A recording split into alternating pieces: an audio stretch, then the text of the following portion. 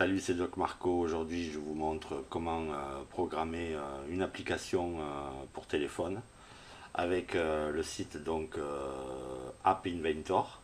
Alors, il suffit de se connecter et ça s'ouvre tout seul.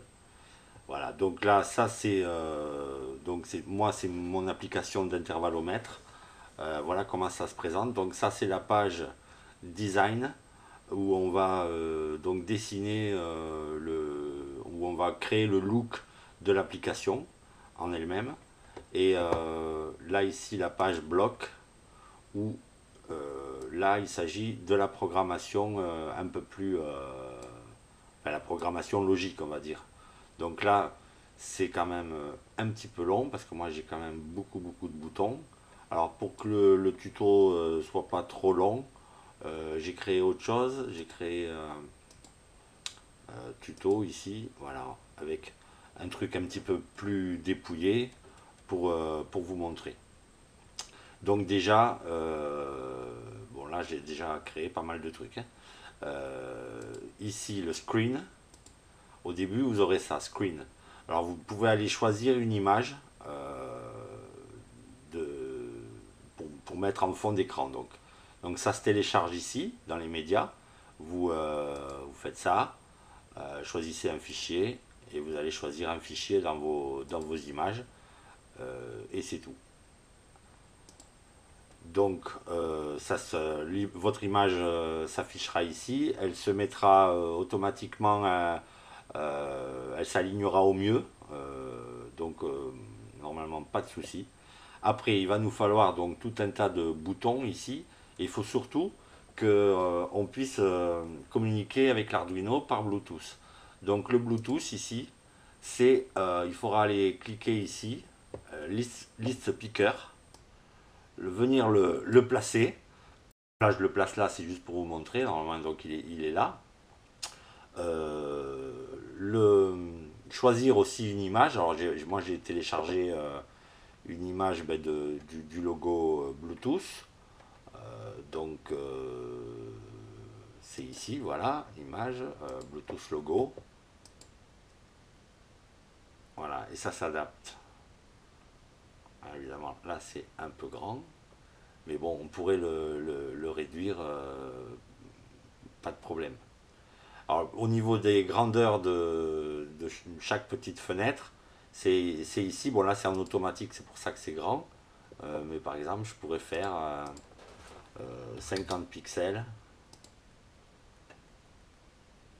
par 50 pixels, par exemple. Voilà. Là, j'aurai mon logo comme ça. Donc, list picker pour ça. Donc là, vous effacez le texte par défaut, ici. Donc, pour ne garder que la petite icône Bluetooth. Voilà, bon, ça, c'est bon, j'efface. Donc, pour effacer l'e-speaker ici, delete. Ok, voilà.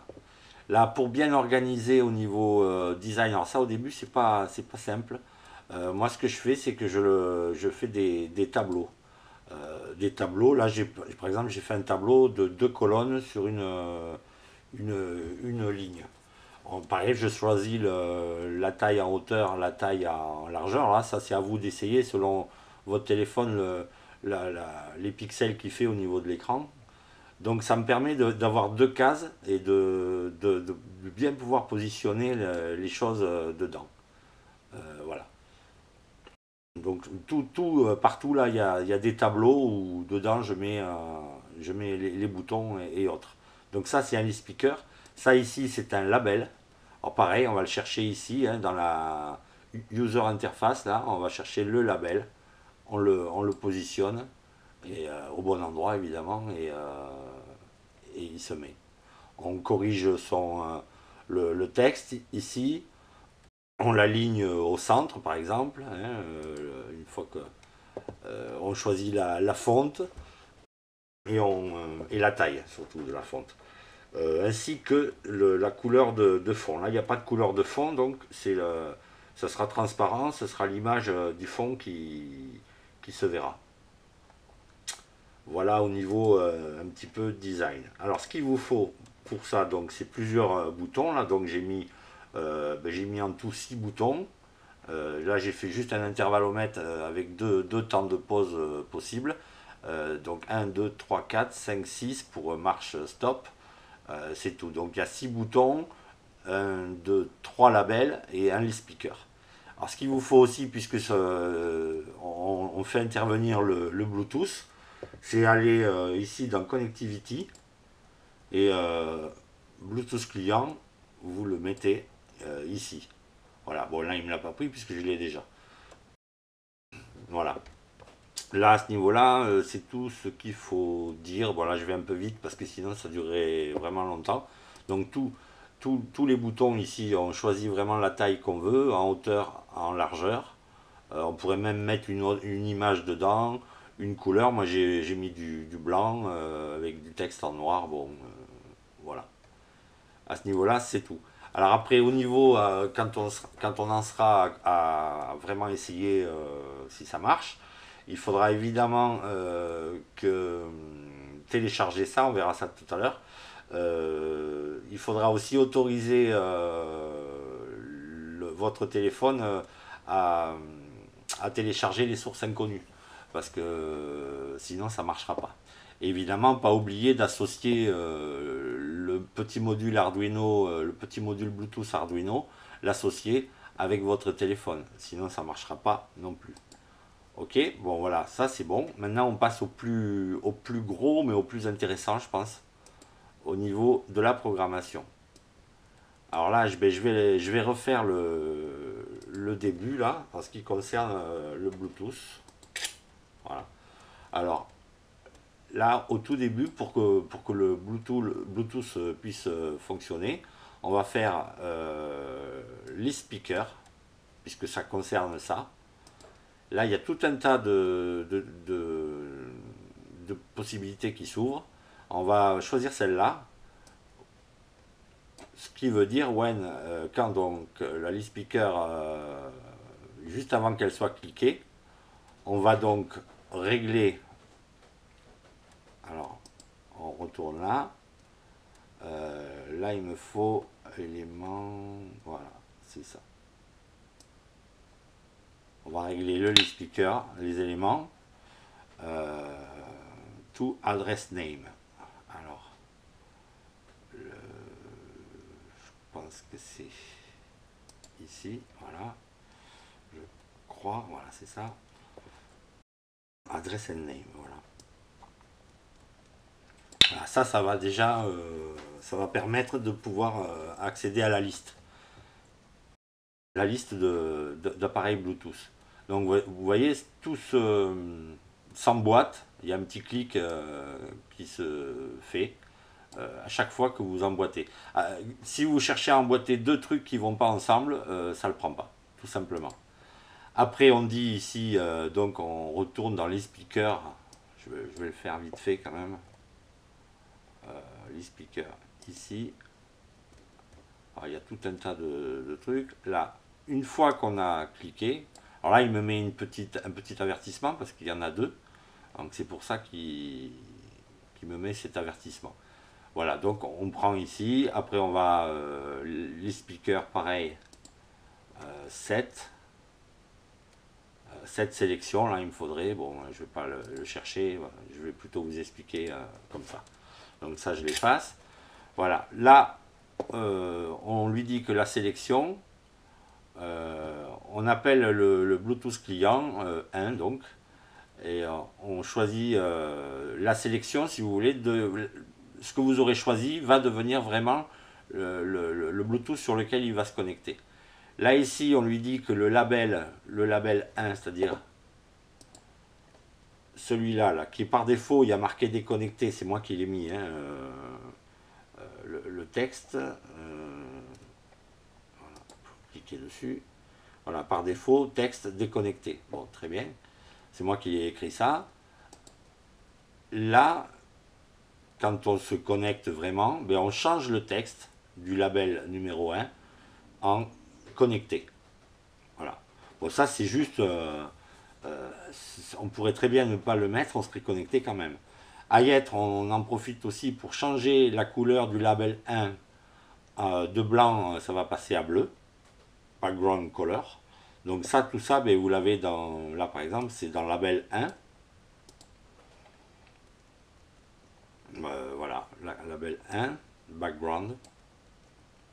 Là ici, vous allez chercher une couleur. Mettons du jaune. Voilà. Voilà comment cette ligne-là est construite. Voilà, je l'efface aussi. Ensuite, on va déclarer deux variables. Parce que là, j'ai fait un truc simple sans verrouillage de miroir. Donc, on va déclarer la variable pause, on la met à 0. On déclare la variable intervalle, on la met à 0. Ensuite, arrivent les boutons. Alors, on va commencer par le bouton 1. Le premier bouton, là, celui qui s'occupe des 10 secondes. Alors ouais, j'ai fait un intervallomètre, mais en fait, c'est pas du tout l'application qui gère la gestion du temps, hein, qui s'occupe de la gestion du temps. C'est vraiment l'Arduino. Au cas où un jour, peut-être, je voudrais rendre l'Arduino totalement autonome en rajoutant des boutons, mais enfin, ça m'alourdirait le montage. Ça serait peut-être pas... je préfère quand même par téléphone. Donc on en est là, ben, quand on appuie sur le bouton 1, ben, on appelle le Bluetooth et on envoie un caractère. On envoie du texte, on envoie un caractère, donc ben, le bouton 1, on envoie 1, pas de problème. On en profite pour régler le fond en rouge et le bouton 2, lui, reste au blanc. Ensuite, on met le global pause, on le passe à 1. On va voir pourquoi plus loin. Quand on appuie sur le bouton 2, alors ça on peut faire des copier-coller, hein. On copie comme ça, tac, et on colle, pas de problème. Donc là à nouveau j'ai un avertissement parce qu'il y a des conflits, il y a deux fois le bouton 1, donc j'efface, pas de problème. Donc bouton 2, ben, c'est exactement la même chose, on va envoyer 2 sur le Bluetooth. Là par contre on inverse les couleurs, il faut que ce soit le bouton 2 qui devienne rouge. Et pareil, le global pause se met à 1. Ensuite, le bouton 3 et 4 s'occupe de l'intervalle. Donc, quand j'appuie sur le bouton 3, j'envoie le caractère 3. Le bouton 3 passe au rouge, le bouton 4 passe au blanc. Ça, c'est strictement l'inverse quand c'est le bouton 4. Et le global intervalle passe à 1. Alors, il y a un truc là, ici, sur les caractères, on peut écrire ce qu'on veut, mais pas des nombres. Là, ici, ce sont des chiffres, ça va, jusqu'à 9, ça marche, mais 10, ça marche plus. Donc après 9, il faut passer avec des lettres, quoi, ou carrément des mots, comme on veut. Ici, on en arrive aux marches arrêt. Ici, je dis, quand le bouton 5 est cliqué,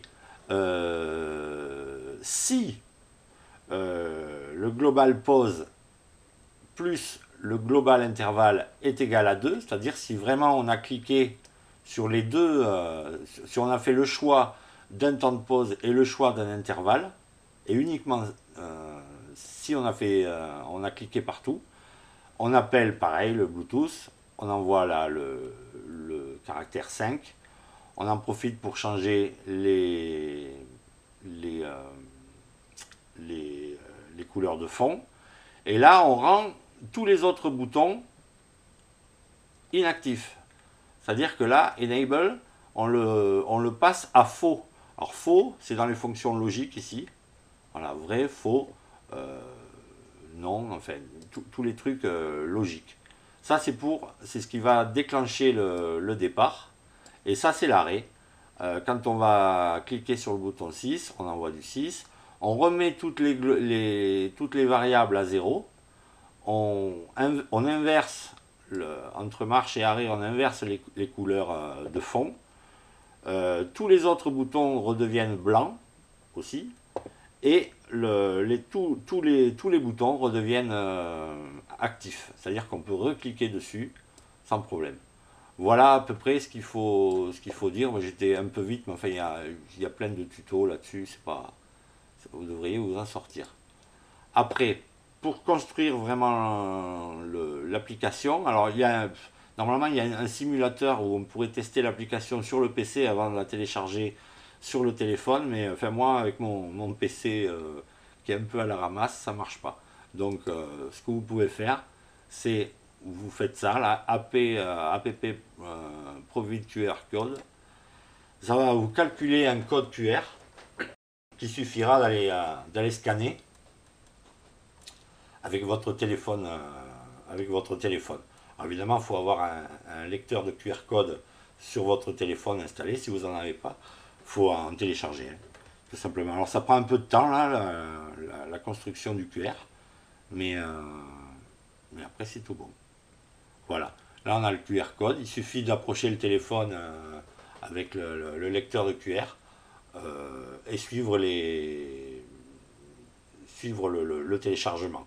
Donc, faut autoriser les sources inconnues.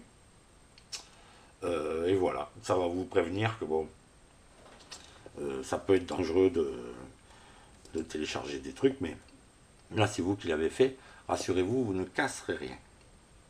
Voilà, voilà, j'espère que j'ai tout dit, enfin à peu près. Après, c'est vraiment un exemple, c'est vraiment. Il n'y a que l'imagination comme limite, hein. Si vous voulez vous créer autre chose, un intervallomètre mais différent à vos besoins, ou même une application totalement différente, voilà, vous aurez peut-être quelques petites bases avec ce tuto. Voilà, merci beaucoup d'avoir regardé, à bientôt.